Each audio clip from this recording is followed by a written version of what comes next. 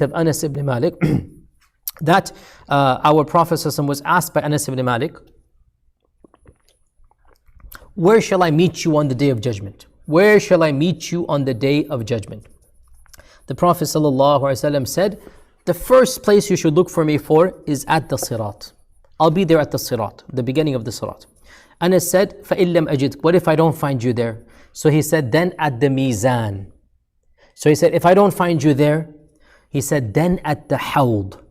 And you will not find me missing from these three places on the day of judgment. I'm going to be at one of these three locations. You will not find me missing. And Jalaluddin al-Suyuti, the famous scholar of Islam, al-Suyuti, who died 911 Hijrah, he said that it is narrated in the hadith in the Mustadrak of al-Hakim that the Hawd will be after the Sirat, and this is the position of al-Qadi Iyad as well. So we have al-Bukhari, we have al-Ghazali, we have al-Qadi Iyad, we have Jalaluddin al-Suyuti, and we have a whole galaxy of ulama.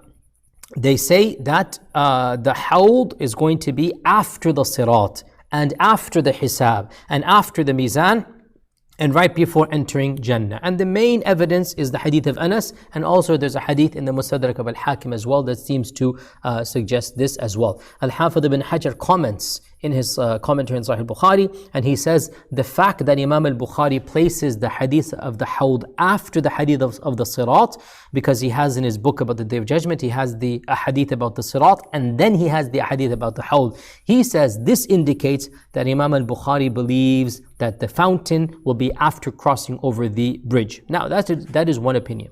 However, if you look at, firstly, the hadith in the Mustadrak of al-Hakim is not authentic. Secondly, the hadith of Anas ibn Malik, if you look at it, he is not describing the tartib, he's not describing the order, our Prophet ﷺ. He's simply saying, look, I'll be at these three places. He says, look, the clearest place you'll find me is going to be at the Sirat, because as we're going to discuss inshallah in our next lesson, our Prophet ﷺ will be at the beginning of the Sirat. He's going to be waiting for the people at the Sirat. And there's only one bridge, and he's at the front of that bridge. So what do you think? That's going to be the easiest place to find. So he goes, the first place you need to look for me is the Sirat. Anas ibn Malik said, what if I don't find you there? He said, okay, at the Mizan, at the scale. He said, what if I don't find you there? He said, okay, well, I'm going to be at the Hawd, and for sure I'm going to be one of these three locations. So this hadith is not telling us a chronological order. It's simply giving three locations that in all likelihood what it means is that statistically speaking is easiest to find him at this, and then the next easy, and then the third easiest. And perhaps it has nothing with chronology, perhaps it has to do with the frequency of people. So for example, the Hawd is going to be hundreds of millions of people, and so the process I'm saying, I'll be there, but that's number 3 out of the Sirat where everybody's going to be crossing, in the line. In any case, and by the way, before we move on here, look at the love of Anas ibn Malik, that he's already thinking, Ya Rasulullah, where will I find you on the Day of Judgment, right? Where will I find you on the Day of Judgment? So it's a beautiful hadith as well. Now the point being here that this hadith does not indicate chronology, and Allah Azza wa Jal knows best. Now the other opinion is that is the opinion of Imam al-Qurtubi and others, Ibn Kathir and others, and that is that the Hawd is going to be before the Sirat and even before the Mizan. The Hawd is going to be even before the judgment, Rather, it will be as soon as one gets out of the graves and one is thirsty, that one will be able to drink before the Hisab, before the Mizan, before Allah subhanahu wa ta'ala speaking one-on-one with us. And Ibn Kathir narrates that it appears that the Hawd will be before the Sirat, because only the believers will cross the Sirat. So there's no need to sift the evil people and the murtads and the munafiqun from the believers, as is going to happen at the Hawd. This is a very interesting point here. Ibn Kathir perceptively is saying, the hadith says that the angels are going to come and say, these people should not drink from the Hawd.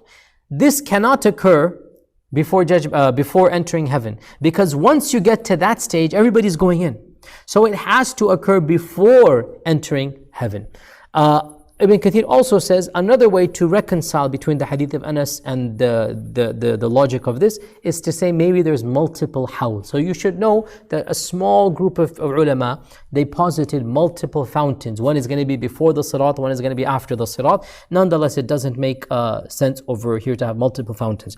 Imam al-Qurtubi says that it would make logical sense if the hawd is before the sirat, because people will exit from their graves thirsty. So it should come to them before the sirat and before the mizan. Okay, so Imam al-Qurtubi is saying that even before the judgment, even before the hisab, even before the mizan, even before all of this is taking place, as soon as people are resurrected from the grave and they enter into the plains of judgment day, and the sun will be there and the heat will be there, al-Qurtubi is saying that, what makes sense is that the hawd is right then and there. Anybody who is righteous, anybody who's been doing wudu, anybody who follows the sunnah and who wants to hear the Prophet ﷺ and follow him, that person will be able to drink, so that the terror of the Day of Judgment, so that the thirst of the Day of Judgment, they will be free of that thirst. So from a rational perspective, meaning, you think about the purpose of it, it makes sense that the hawd is going to be before all of that takes place, and this is what Imam al-Qurtubi mentions.